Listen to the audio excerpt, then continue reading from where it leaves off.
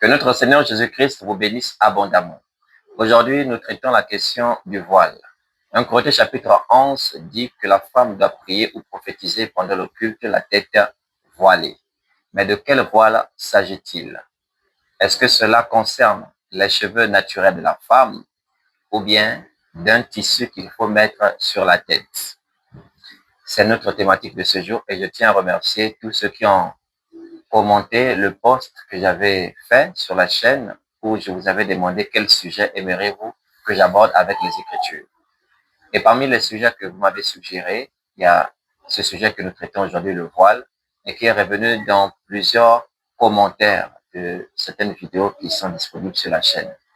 J'ai donc réalisé que c'est un sujet qui tient à cœur à beaucoup de personnes aujourd'hui, et voilà pourquoi nous l'abordons. Donc, par la grâce du Seigneur, nous aborderons aussi d'autres sujets parmi les sujets que vous avez mis sur le post. Et si vous avez encore à cœur d'autres sujets doctrinaux qui peuvent édifier la multitude, vous pouvez toujours commenter. Soyez abondamment bénis au nom de Jésus. Sans plus tarder, nous allons rentrer dans les Écritures. Je vous partage mon écran. Nous ouvrons la Bible. 1 Corinthiens chapitre 11. Nous commençons à partir du premier verset. Nous allons le lire normalement jusqu'à 16. 1 Corinthiens chapitre 11, à partir du verset 1, il est écrit. Soyez mes imitateurs comme je le suis moi-même de Christ. Je vous loue de ce que vous vous souvenez de moi à tous égards et de ce que vous retenez mes instructions telles que je vous les ai données. Je veux cependant que vous sachiez que Christ est le chef de tout homme, que l'homme est le chef de la femme et que Dieu est le chef de Christ. Verset 4. Tout homme qui prie ou qui prophétise la tête couverte déshonore son chef. Toute femme, au contraire, qui prie ou qui prophétise la tête non voilée déshonore son chef. C'est comme si elle était rasée. Car si une femme n'est pas voilée, elle se coupe aussi les cheveux. Or, s'il est honteux pour une femme d'avoir les cheveux coupés ou d'être rasée, qu'elle se voile. L'homme ne doit pas se couvrir la tête, puisqu'il est l'image et la gloire de Dieu, tandis que la femme est la gloire de l'homme. En effet, l'homme n'a pas été tiré de la femme, mais la femme a été tirée de l'homme. Et l'homme n'a pas été créé à cause de la femme, mais la femme a été créée à cause de l'homme. C'est pourquoi la femme, à cause des anges, doit avoir sur la tête une marque de l'autorité dont elle dépend. Toutefois, dans le Seigneur, la femme n'est point sans l'homme, ni l'homme sans la femme. Car, de même que la femme a été tirée de l'homme, de même l'homme existe par la femme et tout vient de Dieu. Verset 13. Jugez en vous-même. Est-il convenable qu'une femme prie Dieu sans être voilée? La nature elle-même ne vous enseigne-t-elle pas que c'est une honte pour l'homme de porter de longs cheveux, mais que c'est une gloire pour la femme d'en porter, parce que la chevelure lui a été donnée comme voile?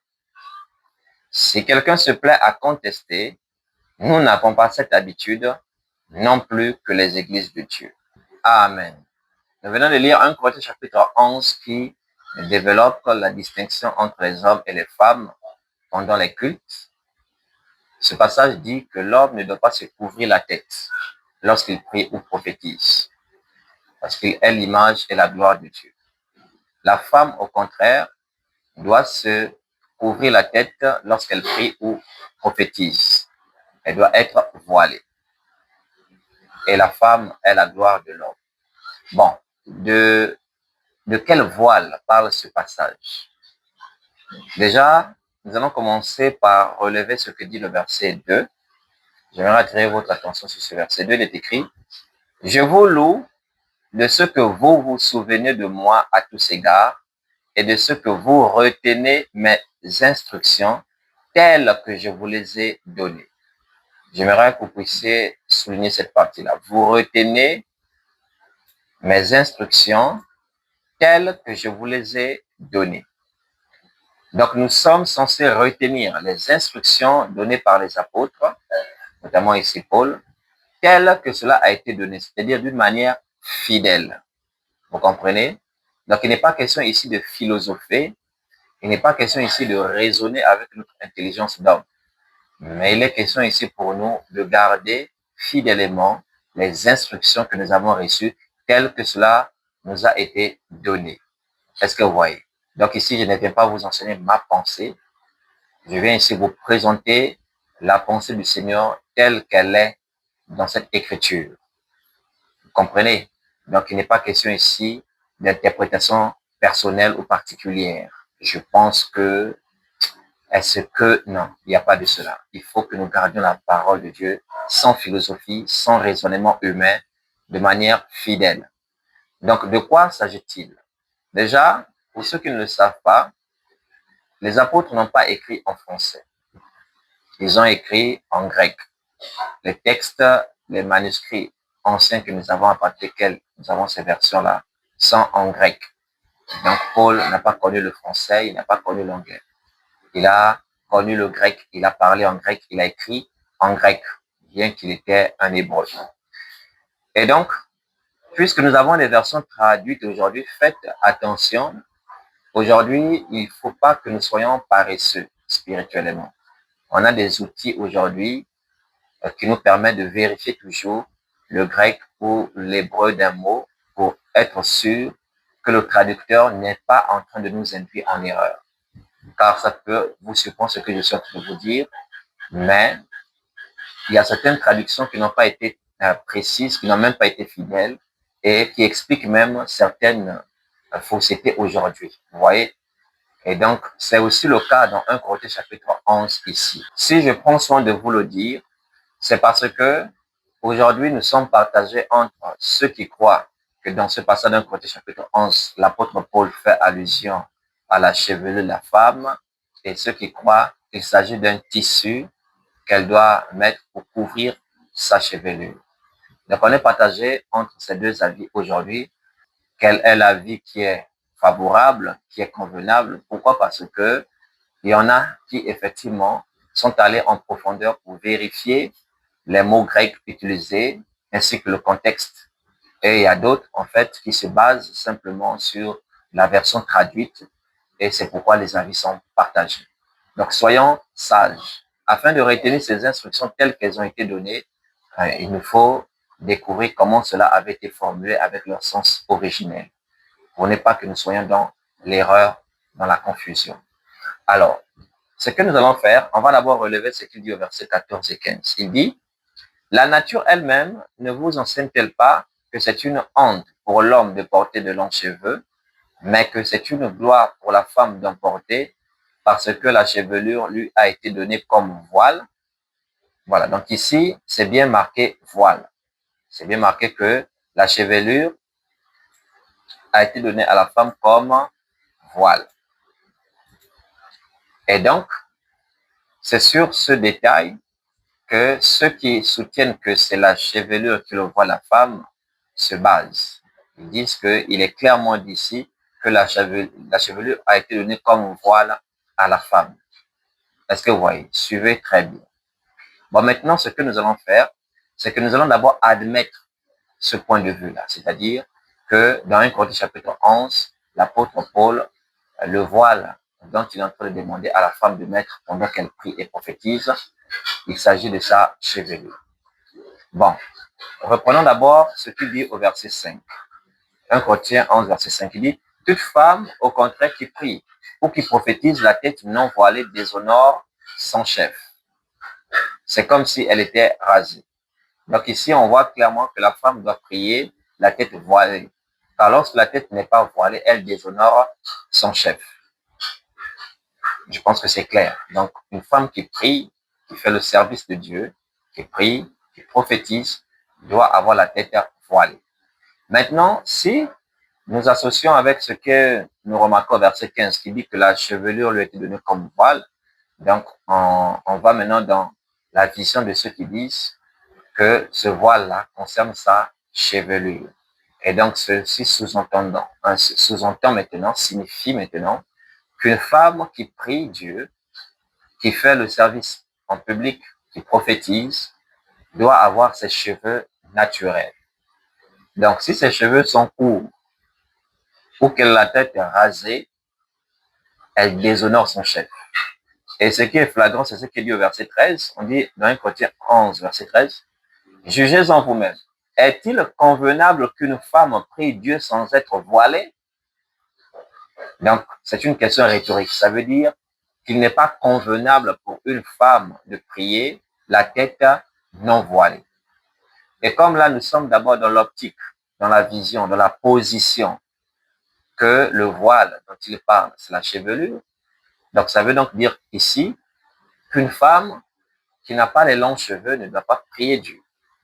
Il n'est pas convenable pour une femme qui a des cheveux courts ou rasés de prier le Seigneur. Je ne sais pas si vous me comprenez. Je ne suis pas en train de dire que c'est mon affirmation. Nous sommes en train d'analyser parce qu'on dit examiner toute chose. C'est l'examen que nous sommes en train de faire. Nous sommes dans la position de ceux qui disent que ce texte, le voile dont parle l'apôtre Paul, c'est la chevelure de la femme. Et nous venons de voir ensemble, selon le verset 5, que la femme doit prier et prophétiser avec la tête voilée. Or, s'il s'agit de sa chevelure, ça veut donc dire qu'elle doit prier et prophétiser avec de longs cheveux, avec sa chevelure naturelle.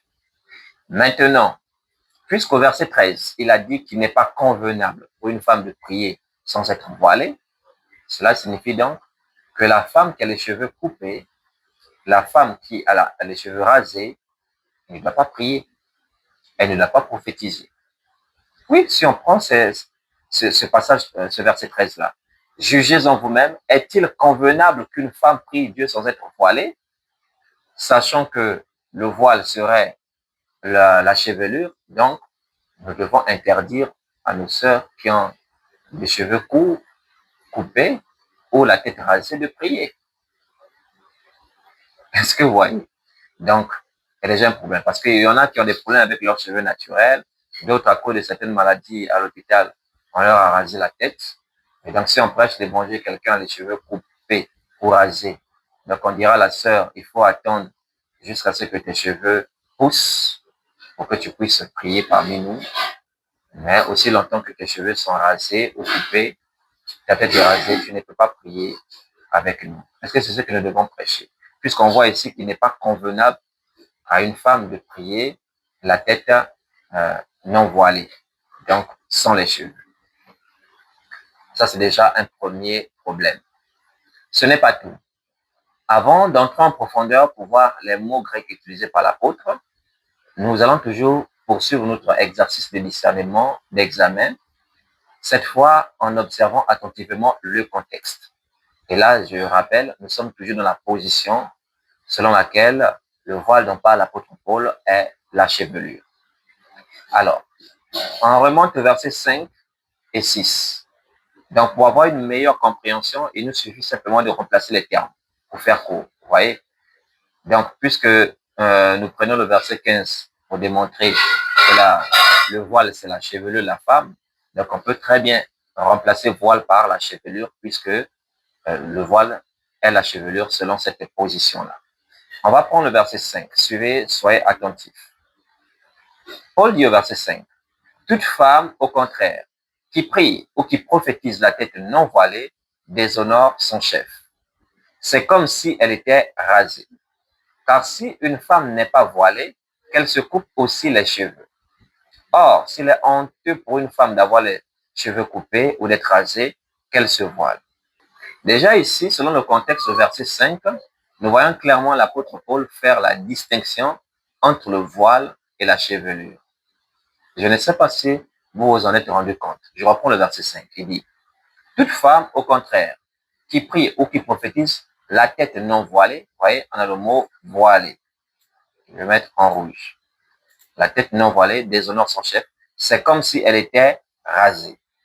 On poursuit. Verset 6. Car si une femme n'est pas voilée, on a toujours le voile ici, car si une femme n'est pas voilée, qu'elle se coupe aussi les cheveux. Voilà. Donc, on voit clairement qu'il nuance les deux mots, voile et chevelure. Ça, déjà, ça attire notre attention. Lorsqu'on médite en profondeur, mais si le voile, c'est la chevelure ici, pourquoi tantôt utiliser le voile? Pourquoi tantôt utiliser à part les cheveux? Ce n'est pas tout. Regardez maintenant ce que nous allons faire. Nous allons remplacer maintenant le voile, partout nous avons mis voile là, par les cheveux. Et on verra si la phrase ou les phrases vont toujours garder leur sens. Puisque voile et chevelure seraient interchangeables selon la position qui dit que c'est la chevelure de la femme qui constitue son voile. Donc, on va simplement remplacer les termes voilé ici par chevelure et on va voir ensemble si la phrase de l'apôtre a toujours un sens. Donc, je relis d'abord la phrase telle qu'elle est, le verset 5. Il est écrit, toute femme, au contraire, qui prie ou qui prophétise la tête non voilée, déshonore son chef. C'est comme si elle était rasée. Ici, il dit non voilée. Donc, non voilée, si le voile parle de la chevelure, donc non voilée signifie quoi? Ça signifie sans les cheveux, ça signifie rasé. Vous voyez? Donc, on va remplacer non voilé par sans les cheveux, pour faire simple. Donc, ça va donner ceci. Toute femme, au contraire, qui prie ou qui prophétise la tête sans les cheveux, déshonore son chef, c'est comme si elle était rasée. Je reprends. Toute femme, au contraire, qui prie ou qui prophétise la tête sans les cheveux, déshonore son chef. C'est comme si elle était rasée. Là, déjà, il y a un problème. Si elle n'a pas les cheveux, si elle est sans cheveux, mais elle est déjà rasée, pourquoi dire encore c'est comme si elle était rasée? Donc, cela montre que non voilé dont il parle est différent du fait d'être rasé. Donc, cela montre que le voile dont il parle, c'est pas la chevelure. Sinon, il n'aurait pas dit c'est comme si elle était rasée, puisqu'il dit qu'elle est déjà non voilée. Donc, normalement, il devait confirmer c'est qu'elle est rasée. Mais il dit toute femme qui prie ou qui prophétise la tête non voilée, donc sans les cheveux, déshonore son chef, c'est comme si elle était rasée. Là, déjà, on commence à comprendre que la phrase perd son sens. Vous savez, selon le psaume 1er, heureux l'homme qui médite la loi de l'Éternel, jour et nuit. Il faut méditer, il ne faut pas faire des simples lectures superficielles. Il faut rentrer en profondeur et comme là, ce que nous sommes en train de faire, c'est un exercice profond pour vraiment avoir une très bonne compréhension, une compréhension exacte. Parce que si on ne médite pas ces textes-là, on va se mettre à enseigner, à affirmer des choses en pensant dire vrai, alors que nous sommes totalement à côté de la plaque. Est-ce que vous comprenez? Et sur cette chaîne, vous savez, notre combat, c'est d'annoncer la vérité et rien que la vérité. On n'est pas là pour des raisonnements humains, nous ne sommes pas là pour la philosophie, on n'est pas des philosophes. Nous sommes là pour garder les instructions des Saintes Écritures telles qu'elles nous ont été données. Est-ce que vous comprenez? Maintenant, regardez, le verset 6 est encore plus flagrant. Je reprends d'abord la phrase originelle du verset 6. Il est dit, car si une femme n'est pas voilée, qu'elle se coupe aussi les cheveux. On peut s'arrêter là. Je reprends. Car si une femme n'est pas voilée, qu'elle se coupe aussi les cheveux. On va souligner aussi. Aussi est un ajout. Aussi signifie en plus. Donc, c'est un ajout. Alors, on va encore faire le même exercice. On va remplacer voilé ici par sans les cheveux. Parce qu'il dit, car si une femme n'est pas voilée, donc c'est-à-dire, car si une femme n'a pas les cheveux ou car si une femme est rasée. Donc, pour faire simple, on va dire car si une femme est rasée. On est bien d'accord, n'est-ce pas? Si le voile ici, c'est sa chevelure, lorsqu'on dit qu'elle n'est pas voilée, ça veut dire qu'elle est rasée. Donc, je reprends encore cette partie-là, telle que c'est écrit de manière originelle, et je vais refaire la lecture en remplaçant les termes. À l'origine, il est écrit, car si une femme n'est pas voilée, qu'elle se coupe aussi les cheveux. Maintenant, remplaçons les termes. Ça donne ceci. Car si une femme est rasée, qu'elle se coupe aussi les cheveux. Car si une femme n'a pas les cheveux, qu'elle se coupe aussi les cheveux. Car si une femme est rasée, qu'elle se coupe aussi les cheveux. Ça n'a plus de sens. À moins qu'on soit malhonnête. Parce qu'il y en a, excusez-moi, qui n'ont pas reçu l'amour, la vérité pour être sauvés. Je vais ouvrir une parenthèse pour vous le montrer. Parce qu'il y en a qui, au lieu de rechercher la vérité, sont des fanatiques.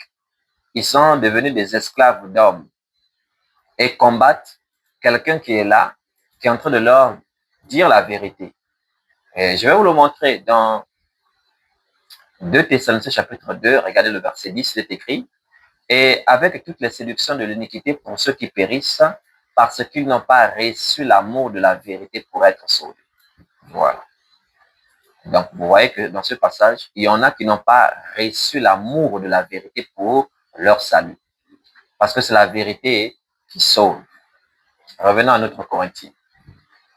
Donc, c'est pourquoi, je le dis souvent, je m'adresse surtout à ceux-là qui ont reçu l'amour de la vérité. Parce que si quelqu'un n'a pas reçu dans son cœur l'amour de la vérité, et que lui est là pour défendre son ego, pour défendre une vaine gloire, et a peut-être honte de s'humilier, hein, ça peut arriver qu'on fasse des erreurs. Moi-même, autrefois, j'étais dans la fausseté, mais quand le Seigneur m'a éclairé, je me suis repenti, et ceux à qui j'avais enseigné la fausseté, je leur ai clairement dit que c'est la fausseté que je vous ai apportée. Ceux qui ont voulu m'écouter, j'ai exposé la vérité. Ceux qui n'ont pas voulu, j'ai respecté leur choix. Parce que tous n'ont pas reçu l'amour, la vérité pour être sauvés. Mon frère ou ma sœur, ça n'écoute rien de s'humilier. Parce que nous allons rendre compte à Dieu. Nous allons rendre compte au Seigneur pour les choses que nous déclarons aujourd'hui. Est-ce que vous comprenez? Donc, ce n'est pas notre parole, c'est la parole de Dieu. Si nous avons fait fausse route, ça n'écoute rien de s'humilier et de se soumettre à ce que la parole vraiment dit. Est-ce que vous comprenez? Donc, Dieu élève les hommes. Celui qui s'abaisse, Dieu l'élève. Mais celui qui veut s'enfler d'orgueil et qui se dit que comme il est déjà super élevé, il a déjà trop d'honneur et il ne peut pas revenir, se rabaisser et dire aux autres qu'il s'est trompé et va défendre un vain orgueil, il n'y a pas de problème. Le Seigneur sonde nos cœurs et nos reins et c'est lui qui rend à chacun selon ce qu'est son œuvre. Donc, vous voyez vous-même que lorsque nous remplaçons les termes, nous voyons clairement qu'il ne peut pas s'agir de la chevelure dont parle Paul. Il ne s'agit pas de la chevelure. Voilà. Et là, maintenant, on va rentrer en profondeur par rapport au grec. Et c'est là où vous allez vous rendre compte que le verset 15, la traduction n'a pas été exacte. Ça a faussé la compréhension de beaucoup. C'est ce qui leur a donné de penser que Paul parle de la chevelure de la femme. Alors que comme on vient de le voir, quand on fait la démonstration avec les versets 5 et 6, ça n'a pas de sens lorsque ça concerne la chevelure. Donc déjà, je vous ai souvent conseillé cette application-là, Online Bible, qui nous permet de vérifier l'étymologie des mots bibliques hébreux et grecs. Donc, comme je l'ai dit en introduction, Paul n'a pas écrit cela en français, il a écrit cela en grec. Donc, voyons ensemble, on va voir si les mots utilisés pour voile au verset 5 et 6, si ces mots grecs-là sont les mêmes que nous avons au verset 15, lorsqu'il dit la chevelure lui a été donnée comme voile. Parce que lui, second, par exemple, a traduit ici voile. Donc, nous, en français, on lit voile au verset 15, on lit voile aussi au verset 5. Donc, on s'est dit qu'il s'agit du même mot grec. Or, lorsqu'on part maintenant vérifier à l'origine, on se rend compte que ce n'est pas le même mot grec au verset 5. C'est un mot différent du verset 15. Est-ce que vous voyez? Donc, on comprend que le sens du verset 15 n'a rien à voir avec le voile dont il parle au verset 5. Bon, pourquoi je parle beaucoup? Voyez par vous-même. Donc, quand vous avez cette application Online Bible, vous pouvez la télécharger sur Play Store. Je pense qu'elle est aussi sur l'App Store. Vous pouvez télécharger cela. Donc, vous cliquez ici, SBS. Regardez très bien le curseur parce que beaucoup me posent souvent la question comment je fais cela. Regardez ici, je clique. Voilà. Il y a une numérologie qui intervient devant chaque mot. Donc, nous, le mot qui nous intéresse, c'est quel mot? C'est le mot voile. Bien. La tête non voilée. Voilà. Voile ici. Et devant non voilé ici, il y a le numéro 177. Est-ce que vous voyez? Voilà. Donc, on va cliquer devant, cliquer directement la numérotation. Quel mot grec mentionné? C'est akatakaloutos. Ah, vous voyez? La numérotation 177. Le mot c'est akatakaloutos. Maintenant, on va aller vérifier au verset 15, qui dit aussi la chevelure lui a été donnée comme voile. Le voile là-bas, c'est quel mot? Bien. Nous sommes ici au verset 15, chevelure lui a été donnée comme voile. Regardez vous-même déjà, voile ici, numérologie 4018. On voit déjà que c'est différent. Plus haut, c'est 177. Ici, c'est 4018. Quand on clique, c'est quel mot grec? Péribolaion. Vous voyez déjà qu'il s'agit de deux mots grecs différents. Est-ce que vous voyez déjà le premier problème? Parce que toi, tu es lié en français, tu vois voile en haut au verset 5, tu vois voile en bas verset 15. Donc, tu te dis que c'est la même chose. C'est pourquoi tu viens conclure au verset 15 que c'est la chevelure qui est le voile. Or, Paul, vraiment, l'apôtre n'a jamais abordé le même mot. Il n'a jamais utilisé le même mot. Plus haut, lorsqu'il disait que la femme doit prier la tête voilée, c'est le mot akatakalutos, non, ou non voilé. Et plus bas, c'est péribaïon, comme on l'a vu. C'est deux mots grecs différents. Quel est le sens du mot plus haut, verset 5 et 6, et quel est le sens du mot plus bas? Bien, on va retourner. Je clique SBS. Donc, on vérifie ensemble. 177, c'est là, verset 5. Akatakalutos, signification c'est ici, non couvert, non voilé, dévoilé. Vous voyez, non couvert. Et ça même du sens, puisqu'au verset 4, il fait comprendre que tout homme qui prie ou qui prophétise la tête couverte déshonore son chef. Donc, on voit très bien que la tête couverte ici parle effectivement d'une casquette, d'un chapeau ou d'une couverture quand même sur la tête qui n'est pas convenable. Parce que nous-mêmes, on le sait, la nature nous instruit. Lorsque, par exemple, tu t'adresses à ton supérieur, qu'est-ce qui se passe quand l'inférieur a une casquette et qu'il doit saluer, s'adresser à son supérieur? Il ôte la casquette. Est-ce que vous voyez, là, c'est que ça des couvertures. En signe de respect. Maintenant, l'homme, son chef, c'est qui? Qui est notre supérieur? Paul l'a présenté au verset 3, il a dit, je veux cependant que vous sachiez que Christ est le chef de tout homme. Vous voyez? Donc, Christ est le chef de tout homme. Et c'est pourquoi au verset 4 dit, tout homme qui prie ou qui prophétise la tête couverte, désignant son chef. Donc, de la même façon, quand tu rencontres ton supérieur, quand tu as une casquette, un chapeau, je ne sais quelle couverture, tu l'ôtes en signe de respect. Ainsi, toi, homme qui m'écoute, quand tu pries Christ qui est ton supérieur, tu dois ôter cette casquette-là, tu dois ôter ce chapeau que tu as sur la tête-là, en signe de respect, car si tu respectes les hommes qui te sont supérieurs, à plus forte raison, Christ qui est le chef de tout homme. Donc, on voit qu'il s'agit d'une couverture. Et maintenant, on fait comprendre que la femme, au contraire, elle doit couvrir la chevelure. Ce n'est pas la chevelure qui est son voile ici, mais elle doit couvrir la chevelure. Pourquoi? Parce que la chevelure constitue la gloire de la femme. La chevelure constitue c'est ce qui fait la beauté, la gloire de la femme. Et en face de son supérieur, en guise de soumission, en guise de respect, la femme cache sa parure, elle cache sa gloire. Allons-y au verset 15. On va regarder aussi la signification de voile en question. Bon, ce qu'on a traduit comme voile. Verset 15, on dit, mais que c'est une gloire pour la femme d'emporter parce que la chevelure lui a été donnée comme voile. Voilà. Donc, on clique, on voit, c'est un mot grec différent, péribolaion, qui signifie quoi? Une couverture mise autour. Voilà, une couverture mise autour. Une enveloppe, un manteau, un voile. Donc, il y a la possibilité aussi de le traduire comme un voile. Mais son sens premier, c'est pas un voile. Ça va dans le sens d'une couverture mise autour, une enveloppe, un manteau. Donc, c'est surtout sur ces détails-là que notre traducteur aurait dû s'apaisantir. Pourquoi? Parce que quand on va en profondeur, regardez très bien ici, péribolaion, vous remarquerez ici, c'est mis, vient d'un dérivé des 4016. Parce que lui-même, c'est le numéro 4018. Mais pour comprendre ce mot en profondeur, son radical, c'est 4016. Donc, on va aller dans son radical, le 4016, pour comprendre toujours en profondeur ce manteau, cette couverture, cette sorte de voile dont parle le verset 15 là, qui est différent des catalogues qu'on a vu plus haut. Donc, on va aller chercher un verset où il y a le 4016. Donc, je vais aller dans un texte que je connais qui a cette numérotation. C'est Matthieu. Pour comprendre le sens profond de la chevelure lui a été donné comme voile. Matthieu chapitre 6, je prends à partir du verset 28. Je vais d'abord faire la lecture simple. Il est écrit, et pourquoi vous inquiétez au sujet du vêtement? Considérez comment croissent les lits des champs.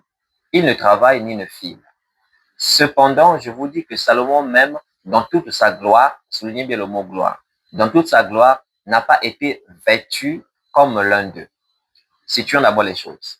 Ici, le Seigneur parle de quoi? Il parle des fleurs. Il parle des lits des champs. On peut encore traduire par fleurs.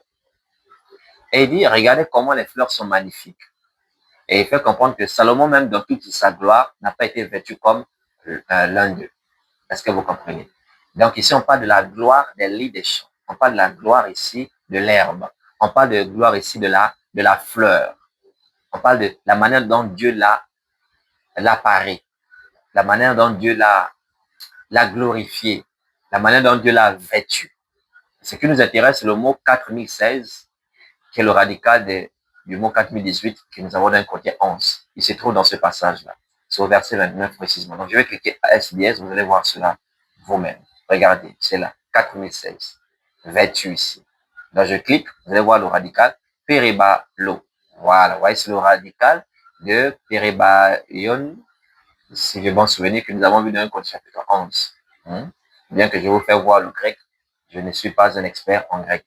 Voilà, mais vous pouvez très bien revenir et remarquer que Peribalo, c'est effectivement le radical du mot dérivé que nous avons dans 1 Corinthiens chapitre 11. Vous voyez? Donc, signification, c'est toujours jeter autour, mettre autour, entourer. Vous voyez? Ça va dans le sens des vêtements, du vêtir. Bien. Donc, nous voyons ici que le mot vêtu ici, peribalo, qui est le radical du mot que nous avons dans 1 Corinthiens chapitre 11, qui est peribayon, par rapport à la chevelure de la femme qui lui a été donnée comme vêtement. C'est ça normalement le sens. La bonne traduction qu'il devait avoir dans 1 Corinthiens chapitre 11, au lieu de dire la chevelure lui a été donnée comme voile, on devait dire que la chevelure lui a été donnée comme ornement, comme vêtement, comme gloire, comme parure. Et voilà pourquoi je vous ai dit, regardez ici, le mot peribaio est ici, et le contexte parle de quoi? Ça parle de la gloire, ça parle de la beauté, de la gloire, de la parure, des lits des champs. Est-ce que vous voyez? Donc, de la même façon, la chevelure aussi fait la parure de la femme. Ça fait la gloire de la femme. Ça fait sa beauté, ça fait son ornement. Donc, l'apôtre Paul a utilisé deux mots grecs différents et qui ont même normalement des sens. Donc, l'apôtre Paul a utilisé deux mots grecs différents qui ont des sens différents. Le premier mot, kataluptos, bon, il y a akataluptos, c'est à cause de non-voilé. Normalement, voile là-bas, c'est kataluptos, qui signifie couverture. Donc, vous comprenez qu'on parle bien d'un tissu qui sert de couverture. Et selon la démonstration qu'on a déjà faite par rapport au contexte, qui ne peut pas s'agir de la chevelure de la femme. Et au verset 15, il utilise un autre mot grec différent, sauf que nos traducteurs ont induit beaucoup en erreur en mettant voile à ce niveau, ce qui a fait penser quelques-uns qu'il s'agit dans ce texte-là de la chevelure naturelle de la femme dont parle Paul à cause de ce verset 15. Tandis qu'au verset 15, on a vu que c'est un mot grec différent, mais le sens va dans le revêtement, va dans la gloire, va dans la parure. Donc l'instruction, elle est simple.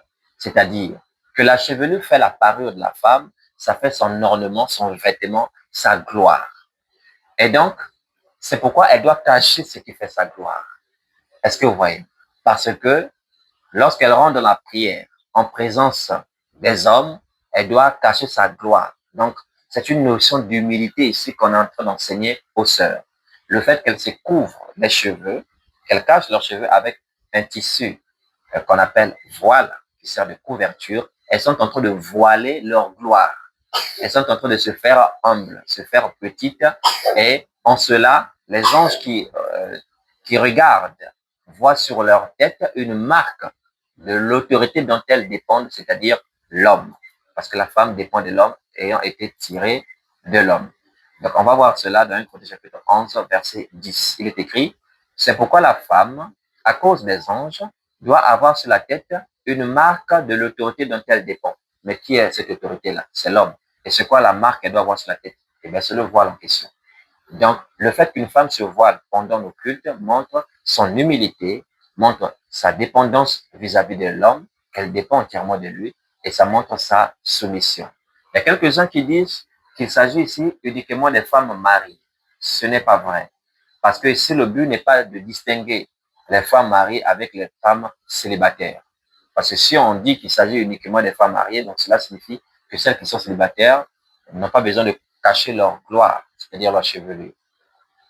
Et donc, dans une assemblée pendant le culte, on va distinguer les femmes mariées de celles qui sont célibataires. Donc, c'est pour faire honte à celles qui sont célibataires? Non.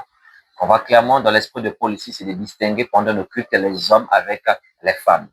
Et l'homme, lui, ne doit pas ouvrir sa tête parce qu'il doit se soumettre à son autorité en guise de respect, comme je vous l'ai dit, on ôte la casquette quand on s'adresse à notre autorité.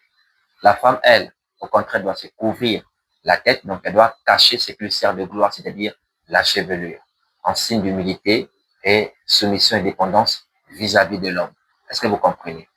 Donc, ici, c'est pour distinguer les hommes et les femmes dans nos cultes mixtes et non pas distinguer les femmes mariées des femmes célibataires. Et pour que vous puissiez comprendre que c'est toute femme confondue, c'est ce qu'il dit au verset 4 et 5. Rien que le début. Écoutez bien. Au verset 4, d'un côté 11, il dit tout homme. Vous voyez? Donc, il ne s'agit pas simplement des hommes mariés. C'est tout homme. Et regardez le verset 5, il dit toute femme. Vous voyez? Il dit bien toute femme. On n'a pas dit certaines femmes. Toute femme. Donc, si tu es femme, mariée ou célibataire, quand nous nous réunissons, il y a une hiérarchie. Christ est notre chef. Nous sommes ton chef. Et en notre présence, tu dois voiler ta gloire, c'est-à-dire ta chevelure, indiquant ton respect par rapport à ton autorité que nous sommes, ta dépendance par rapport à nous, et en guise d'humilité. Est-ce que vous comprenez? Bon, maintenant, est-ce que c'est une instruction aussi à appliquer quand la femme prie seule? L'instruction ici, on voit que c'est dans le culte mixte, mais le contexte est clair. Donc, il n'y a aucune exigence à une femme qui prie seule de le faire, ou encore de trimballer, de traîner avec soi un voile, un tissu partout où nous allons. Non, c'est pas ce qui est dit ici. Donc, si vous êtes au supermarché ou je ne sais pas en quel lieu vous avez le besoin de prier en vous, priez comme vous êtes. Mais quand nous nous rassemblons pour nos cultes mixtes, hommes-femmes, ou même si on n'est pas nombreux, parce qu'à partir du moment où on est à deux, car là où deux ou trois sont assemblés en mon nom, dès que la présence masculine, vous devez vous voiler la tête. Parce qu'il a dit toute femme, au contraire, qui peut profiter de la tête, nous voiler, désignant son chef. Qui est son chef? On l'a vu plus haut, c'est l'homme. Vous voyez, donc l'homme est le chef de la femme. Ce n'est pas que le mari, c'est l'homme en général.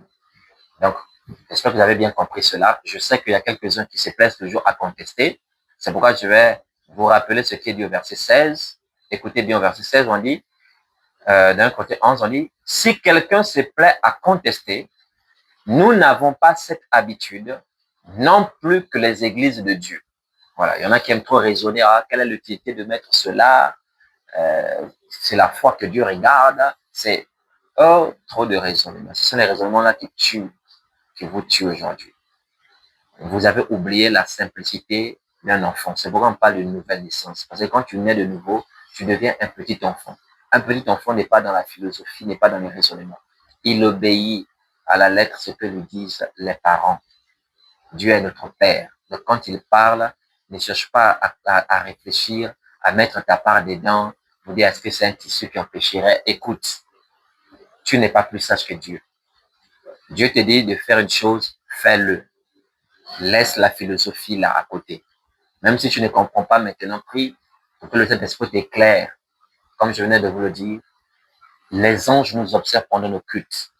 Et ils doivent voir sur votre tête une marque de l'autorité dont vous dépendez, c'est-à-dire de l'homme. Et cette marque, on l'a vu, c'est la couverture, c'est le voile, parce que vous couvrez votre gloire. Et donc, son sens profond, c'est votre humilité.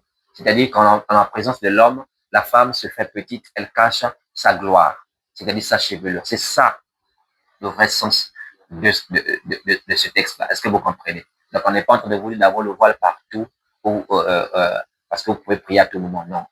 Parce que certains prennent simplement le verset 13, est-il convenable qu'une femme prie Dieu sans être voilée, et ne prennent pas en compte le contexte, parce que le contexte dit qu'elle déshonore son chef. Donc, on parle bien de son chef qui est l'homme.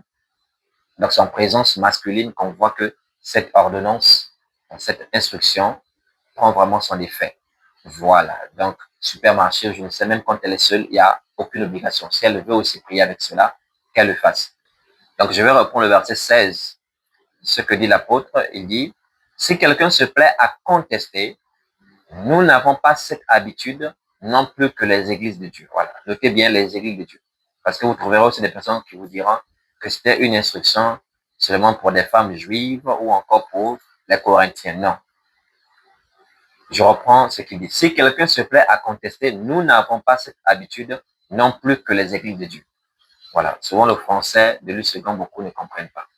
En fait, ici, Paul est en train de dire que si quelqu'un se plaît à contester l'instruction que je suis en train de donner, parce qu'il y en avait déjà qui contestaient, qui raisonnaient comme certains d'entre vous aujourd'hui, et Paul leur dit, nous n'avons pas d'autre habitude, c'est-à-dire que les églises de Dieu, les apôtres et les églises de Dieu, quand ils se retrouvaient pendant les cultes, ils avaient pour coutume de voiler, de couvrir les sœurs.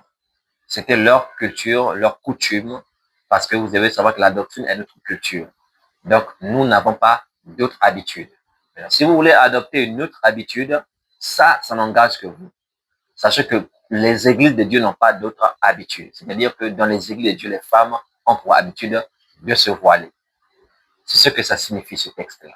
Ouais, donc si vous êtes une église vraiment de Dieu, vous devez voiler les sœurs. Les sœurs, vous devez vous voiler. C'est-à-dire vous couvrir votre gloire, votre chevelure, en présence masculine, pour les honorer. C'est clair. Les anges voient cela, voient la hiérarchie, l'ordre qui règne au milieu de nous et glorifient notre Père qui est dans les cieux. Est-ce que vous voyez? Alors, si vous vous plaisez à contester, je me demande si vous êtes vraiment compris parmi ces églises de Dieu-là. Parce que l'église de Dieu n'a pas une autre habitude. Est-ce que vous comprenez? Donc, il ne s'agit pas d'une ordonnance propre à l'église de Jérusalem, aux Juifs, ou bien à Corinthe. Non, il s'agit des églises de Dieu. Et je tiens à vous rappeler que la lettre aux Corinthiens ne s'adresse pas qu'à l'église de Corinthe. 1 Corinthiens chapitre 1, je vais lire le verset 2. Il est écrit, à l'église de Dieu qui est à Corinthe, à ceux qui ont été sanctifiés en Jésus-Christ, appelés à être saints, et à tous ceux qui invoquent en quelque lieu que ce soit le nom de notre Seigneur Jésus-Christ, leur Seigneur et le nôtre. Vous voyez? Et à tous ceux qui invoquent, pas seulement à Corinthe ni à Jérusalem, mais en quelque lieu que ce soit. Voilà, quelque lieu que ce soit. Le nom de notre Seigneur Jésus-Christ. Donc, cela nous est parvenu aujourd'hui, cela nous concerne également. Est-ce que vous comprenez? Donc, l'instruction de l'apôtre Paul n'a pas été gardée fidèlement par quelques-uns à cause de la mauvaise traduction. Au lieu de traduire que la chevelure a été donnée comme revêtement, comme manteau, comme parure, comme ornement, ils ont préféré mettre comme voile. Et ce qui a laissé penser que le voile dont il parle plus haut, c'est sa chevelure, alors qu'il s'agit d'un mot grec différent. Et même le contexte permet de clairement voir qu'il ne s'agit pas, l'ordonnance ne parle pas de la chevelure de la femme, mais bien d'une couverture, d'un tissu qu'elle doit mettre sur la tête pour couvrir ce qui lui sert de gloire, c'est-à-dire sa chevelure. Est-ce que vous comprenez maintenant? Donc, vous qui avez l'amour, la vérité, mettez ces choses en pratique parce que, comme je vous l'ai dit, dans 1 Corinthiens 11, toujours verset 2, il a dit, je vous loue de ce que vous retenez mes instructions telles que je vous les ai données. Donc, retenons ce que nous avons reçu des apôtres tels qu'ils nous les ont donnés. C'est très, très important. Je vais finir en vous donnant une parole de sagesse. Mes sœurs, je voudrais que vous puissiez vous représenter ces deux scénarios. Le premier scénario, supposons que le voile dont parle ce passage que la femme doit mettre quand elle prie et prophétise, c'est sa chevelure naturelle. Supposons que c'est cela. Et que maintenant, dans le premier scénario, c'est ça le voile en question, et que vous avez mis une couverture, donc un tissu par-dessus. Maintenant, ça se s'entendrait que vous n'avez pas compris, vous êtes en erreur, et que c'est la chevelure qui est votre voile. Ok. Maintenant, quand le Seigneur revient, maintenant, est-ce que le Seigneur, dans ce scénario-là, peut vous blâmer, peut vous blâmer vraiment pour avoir mis un tissu sur la tête parce que vous avez pensé que c'était ça le voile, alors que cela concerne plutôt vos cheveux? Est-ce qu'il va vous blâmer pour ça? Bon, peut-être, mais je ne pense pas. Libre à vous de penser. Maintenant, prenons le deuxième scénario. Supposons maintenant que c'est ce que nous sommes en train de vous dire là, qui est vraiment l'instruction fidèle. C'est-à-dire que vous devez vous couvrir votre parure, votre gloire, c'est-à-dire votre chevelure, pendant le culte. Et que vous ne l'avez pas fait en pensant que c'est votre chevelure naturelle déjà qui est votre voile. Vous ne l'avez pas fait. Il vous a dit de faire une chose, vous n'avez pas fait. Maintenant, dans ce deuxième scénario-là, Christ va-t-il vous blâmer? Entre les deux scénarios, qu'est-ce qui est le plus grave? Entre là où vous avez mis un tissu sur la tête alors qu'il s'agit de votre chevelure qui est votre voile, ou là où vous n'avez pas mis ce tissu en pensant que c'est la chevelure qui est votre voile alors que c'est ce tissu-là qui est votre voile. Parce que vous avez pris Cataloctos, vous avez confondu avec Péribayone. Je vous pose la question. Quel est le scénario qui serait le plus grave si le Seigneur doit vraiment blâmer quelqu'un? Mais vous voyez que même par cette petite sagesse, si vous avez un peu de bon sens, vous allez vous soumettre. Je sais que les élus ne résistent pas à la vérité. Donc, j'espère que vous avez été édifiés, éclairés, et que le Seigneur vous bénisse. Et sachez que quand nous nous retrouvons, c'est ainsi que sont nos sœurs, elles, se couvrent la tête. Est-ce que vous comprenez? Pendant nos prières, pendant nos cultes. Et celles qui ne veulent pas le faire, nous les mettons dehors. Parce que le désordre ne règne pas parmi vous. Il est écrit dans Hébreux chapitre 13, verset 17. Moi, j'ai des comptes à rendre au Seigneur. Il est écrit dans Hébreux 13, écoutez bien, verset 17. Obéissez à vos conducteurs et ayez pour eux de la déférence, car ils veillent sur vos âmes, comme devant en rendre compte. Qu'il en soit ainsi, afin qu'ils le fassent avec joie et non en gémissant, ce qui ne vous serait d'aucun avantage. Voilà. Obéissez à vos conducteurs. Je suis un conducteur. Tu diras, c'est Dieu qui te connaît. Oui, mais là où moi, Dieu m'a établi pour conduire, tu es une sœur. Le premier jour, si c'est ta première fois, on peut laisser passer. Mais après, on te parle. Une fois que tu reçois l'instruction et que tu ne veux pas te soumettre, on te met dehors. Il n'y a pas à négocier, il n'y a pas de temps. Il n'y a pas de temps. Voilà, on va fonctionner avec ceux qui ont vraiment l'amour de la vérité en eux, qui l'ont reçu et qui se soumettent à la vérité. Que la paix du Seigneur soit avec vous. Merci d'avoir regardé jusqu'à la fin et d'avoir gardé cette instruction. Et j'espère vous avoir éclairé. Et merci de continuer à prier pour nous et à nous soutenir dans ce grand combat. Que Dieu vous bénisse abondamment. À très bientôt. Au nom de Jésus. Amen.